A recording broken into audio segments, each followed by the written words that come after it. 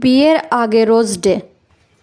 আজ রোজ ডেতে এই সুন্দর রোজ দুইটা আমার পরিটার জন্য। এই নাও। এসবের আবার কি দরকার ছিল বলো তো?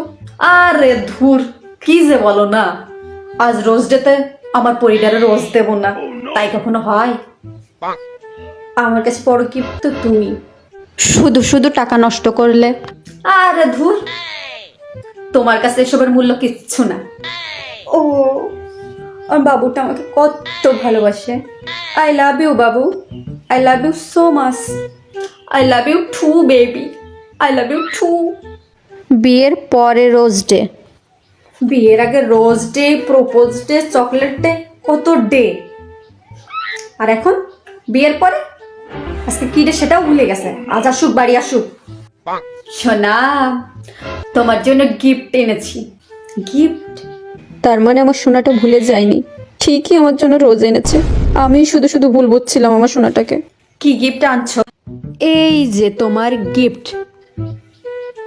এটা কি? ফুলকপি? ফুলকপি সেটা তো আমিও দেখতে পাচ্ছি। তোমার রোজ ডের গিফট? এটা রোজ ডের গিফট? আরে ভাবলাম শুধু শুধু ফুল কিনে টাকা নষ্ট করার কি দরকার, এর থেকে বরঞ্চ ফুলকপি নিয়ে যায়। রোজ ডে তে ফুলকপি কে দেয়?